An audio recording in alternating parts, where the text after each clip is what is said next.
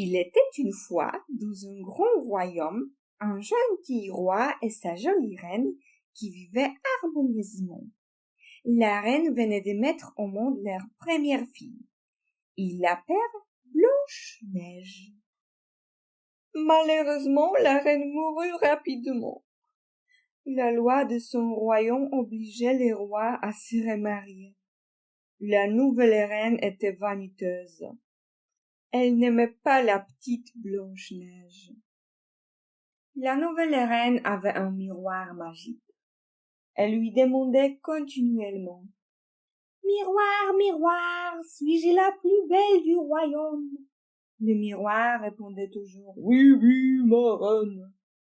Un matin, alors que la reine posait toujours sa même question: Miroir, miroir, suis-je la plus belle du royaume? Le miroir refléta l'image de la jeune et jolie Blanche-Neige.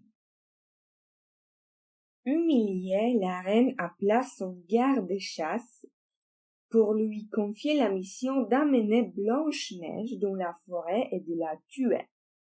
Mais dans la forêt, le garde-chasse n'eut pas le courage de tuer Blanche-Neige. Il l'abandonna dans les bois et lui dit: Fuis aussi loin que tu peux. Effrayée, Blanche-Neige arriva devant une petite chaumière dans une clairière. Elle entra. Quelle ne fut pas sa surprise en apercevant que tous les objets de la chaumière étaient présents cette fois.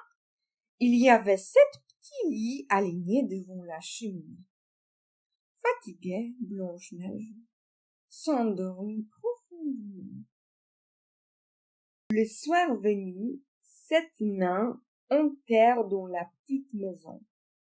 Ils aperçurent la belle Blanche-Neige. À son réveil, elle fut surprise de découvrir les 7 petits hommes. Les 7 nains habitaient la chaumière. Blanche-Neige leur raconta ses malheurs. Les nains lui proposèrent de rester vivre avec eux.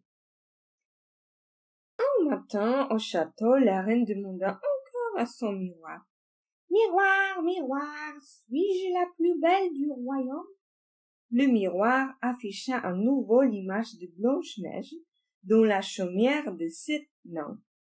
Folle de rage, la reine se déguisa en sorcière et prit le chemin de la petite maison.